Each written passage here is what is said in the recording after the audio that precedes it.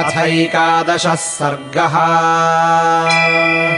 स बभूव कृशो राजा मैथिलीकाममोहितः असन्मानाच्च सुहृदाम् पापः पापेन कर्मणा अतीव कामसम्पन्नो वैदेहीमनुचिन्तयन् अतीतसमये काले तस्मिन् वै युधि रावणः अमात्यैश्च सुहृद्भिश्च प्राप्तकालममन्यत स हेमजालविततम् मणिविद्रुमभूषितम् उपगम्य विनीताश्वमारुरोहमहारथम् तमास्थाय रथश्रेष्ठम् महामेघसमस्वनम् प्रययौ रक्षसाम् श्रेष्ठो दशग्रीवः सभाम् प्रति असि चर्मधरा योधाः सर्वायुधधरास्ततः राक्षसा राक्षसेन्द्रस्य पुरस्तात् सम्प्रतस्थिरे नानाविकृतवेषाश्च नानाभूषणभूषिताः पार्श्वतः पृष्ठतश्चैनम् परिवार्य ययुस्तदा रथैश्चातिरथाः शीघ्रम् मत्तैश्च वरवारणैः अनूत्पेतुर्दशग्रीवमाक्रीडद्भिश्च वाजिभिः गदापरिघहस्ताश्च शक्तितोमरपाणयः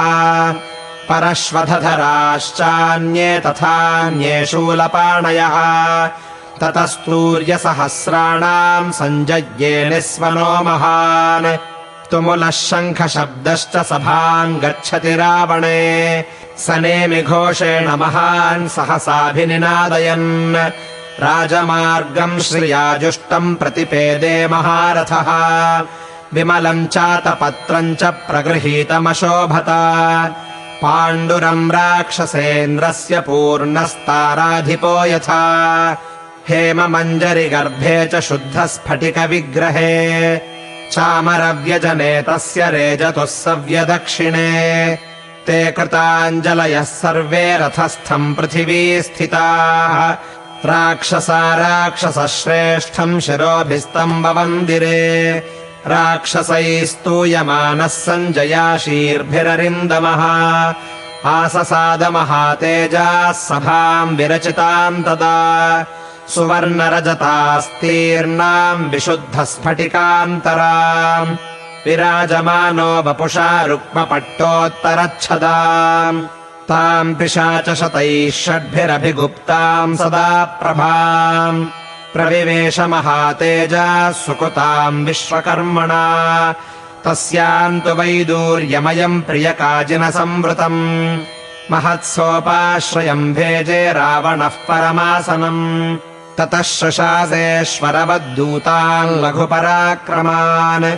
समानयत मे क्षिप्रमिहैतान् राक्षसानिति कृत्यमस्ति महज्जाने कर्तव्यमिति शत्रुभिः राक्षसास्तद्वचः श्रुत्वा लङ्कायाम् परिचक्रमुः अनुगेहमवस्थाय विहारशयनेषु च उद्यानेषु च रक्षांसि चोदयन्तो ह्यभीतवत् ते रथाम् प्रचरा एके द्रप्तानेके दृढान्हयान्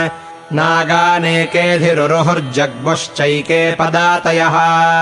सा पुरी परमाकीर्णा रथकुञ्जरवाजिभिः सम्पतद्भिर्विरुरुचे गरुत्मद्भिरिवाम्बरम् ते वाहनान्यवस्थाय यानानि विविधानि च सभाम् पद्भिः प्रविविशः सिंहागिरिगुहामिव राज्ञः पादौ गृहीत्वा तु राज्ञा ते प्रतिपूजिताः पीठेष्वन्ये वृषीष्वन्ये भूमौ केचिदुपाविशन् ते समेत्य सभायाम् वै राक्षसा राजशासनात् यथार्हमुपतस्थुस्ते रावणम् राक्षसाधिपम् मन्त्रिणश्च यथा मुख्या निश्चितार्थेषु पण्डिताः अमात्याश्च गुणोपेताः सर्वज्ञा बुद्धिदर्शनाः समीयुस्तत्र शतशः शूराश्च बहवस्तथा सभायाम् हेमवर्णायाम् सर्वार्थस्य सुखाय वै ततो महात्मा विपुलम् सुयुग्यम् रथम् वरम् हेम विचित्रिताङ्गम् शुभम् समास्थाय ययौ यशस्वी विभीषणः संसदमग्रजस्य स पूर्वजाया वरजः शशंस नामाथ पश्चाच्चरणौ अवन्दे शुकः प्रहस्तश्च तथैव तेभ्यो ददौ यथार्हम् पृथगासनानि सुवर्णनानामणिभूषणानाम् सुवाससाम् संसदि राक्षसानाम् तेषाम् परार्घ्या गुरुचन्दनानाम् स्रजाम् च गन्धाः प्रबभुः समन्तात् न चुक्रुशुर्नानृतमाह कश्चित् सभासदो नापि जजल्पुरुच्चैः संसिद्धार्थाः सर्व एवोग्रवीर्या भर्तुः सर्वे ददृशुश्चाननन्ते स रावणः शस्त्रभृताम् मनस्विनाम् महाबलानाम् समितौ मनस्वी तस्याम् सभायाम् प्रभया चकाशे मध्ये वसूनामिव वज्रहस्तः इत्यार्षे श्रीमद् रामायणे वाल्मीकीये आदिकाव्ये युद्धकाण्डे 11 सर्गः।